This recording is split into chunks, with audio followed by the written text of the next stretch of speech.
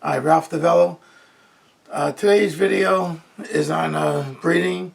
I've done one before on this, and I've had a lot of questions. So I want to do another one, and I just want to talk about a few things. First thing I want to talk about actually is not to overbreathe. Really, in general, most professional players will tell you that when you're taking a breath, you take about as much as you need to play the passage that you're playing. And that's really basically what this video is going to be about. You know, you're going to just take your normal breath to play your normal passage, but sometimes you really need to get a little extra air to if you have a passage that you can't make it to the end. So let's talk about how if you have a long passage and you want to see if you can make it to the end because there's no breath marks. So let's get started about talking about that. All right, so if you need a little extra air and a long passage, let me show you a technique I think that you'll like. All right, so you're gonna fill in the stomach from the bottom up to the top. We're gonna think of starting from the bottom. Although we're really not. We're just filling up the lungs so you can really fill up. But to do this, we're gonna think about starting from the bottom, bring it all the way up to the top. Some people say, hey, there's a couple different ways of doing it, however you're comfortable. So let's do that. Now, the second technique I use, not the second technique, but in addition to this, what I do, let me sit down so I'm in the camera. In addition to this, when I get up to the top, then I breathe in through the nose. So that brings me extra air. Now, there's a third thing you can do. Sometimes it's too much, and like I said, if you get uncomfortable, don't do it. So, but just to show you, and you can try it that way, see if it's good for you. We're gonna bring in all the air. Okay, so what I did was I brought in all the air. I lift my shoulders up so I can get all the air I can. Breathe in through the nose. Then take a little extra sip of air on top. Now let's do that all in one motion now.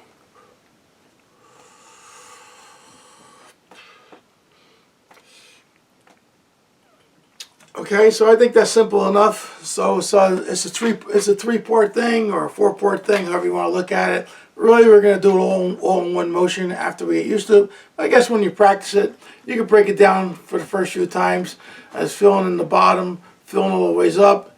Shoulders are coming up, filling up to the top, breathing in through the nose, and then taking a little extra sip of air on the top.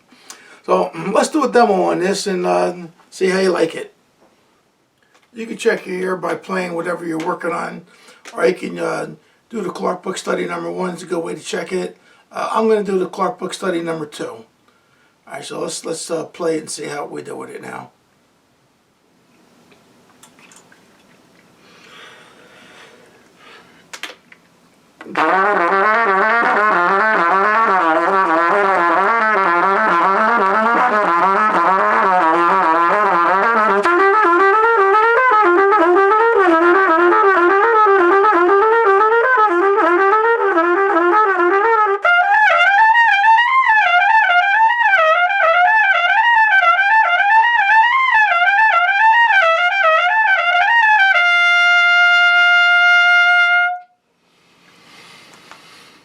So that was Clark Book Study number 2, starting on the low G. Repeated each line and went up an octave each time, and I did that for a reason. You could do that if you like, and you don't have to do that, but I did it for a reason, and the reason is to talk about as I got up to the top and up to the high D above the high C, I really didn't have that much air left, but I still was able to hit that note. So that brings me to one of the videos that I will do in the future, talk about how much air do you really need to hit high notes. Being I was almost out of air and I still was hitting high notes. So that's a whole topic for another day that we'll talk about. Another thing I want to mention is just try to keep the breathing mostly natural. Just use these tips a little bit. Some people start talking about their intercostal muscles and the abdomen and everything. So if you want to research that kind of stuff, you can. Sometimes when the more you read about that kind of stuff, sometimes the worse you get. So it's good just to be aware of all that, but just keep it natural and enhance your breathing a little bit if you need to play a long passage. Most of you are familiar with my book, Trumpet, Range, Endurance, and Flexibility, the 25-minute workout, which is really geared towards wanting to become a pro or the pro level. But I just want to announce that I have an intermediate book out, the one with the blue on it. It says Trumpet, Range, Endurance, Flexibility, 25-minute workout intermediate student. So that's for not a beginning student.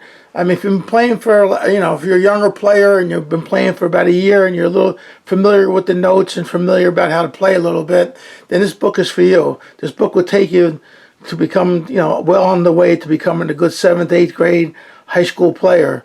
Now, after this book, I do have one that will be coming out shortly. It's called For the Advanced Student, and that book is an excellent book. You can use that book all the way through college if you wanted to. But like I say, the first book is for wanting to become a pro or being a pro. And so the new book I would really like for people to look at, younger players, or if you know anybody that's, trying to become a good trumpet player and you want to be good in your high school band, take a look at the intermediate student book. I'll put a link for that book at the beginning of the video if you want to take a look at it. All right, so that's all I want to say on that. Thank you. Thanks for watching this video. Give those breathing techniques a try. One of the most important things that I said at the very beginning is don't overdo any of that breathing. As soon as you make yourself uncomfortable, you actually not harming yourself, but you're actually taking away from what you can actually do instead of adding to it. So give it a try and good luck with it. I think you're going to like it. I think it will help you. See you on the next video.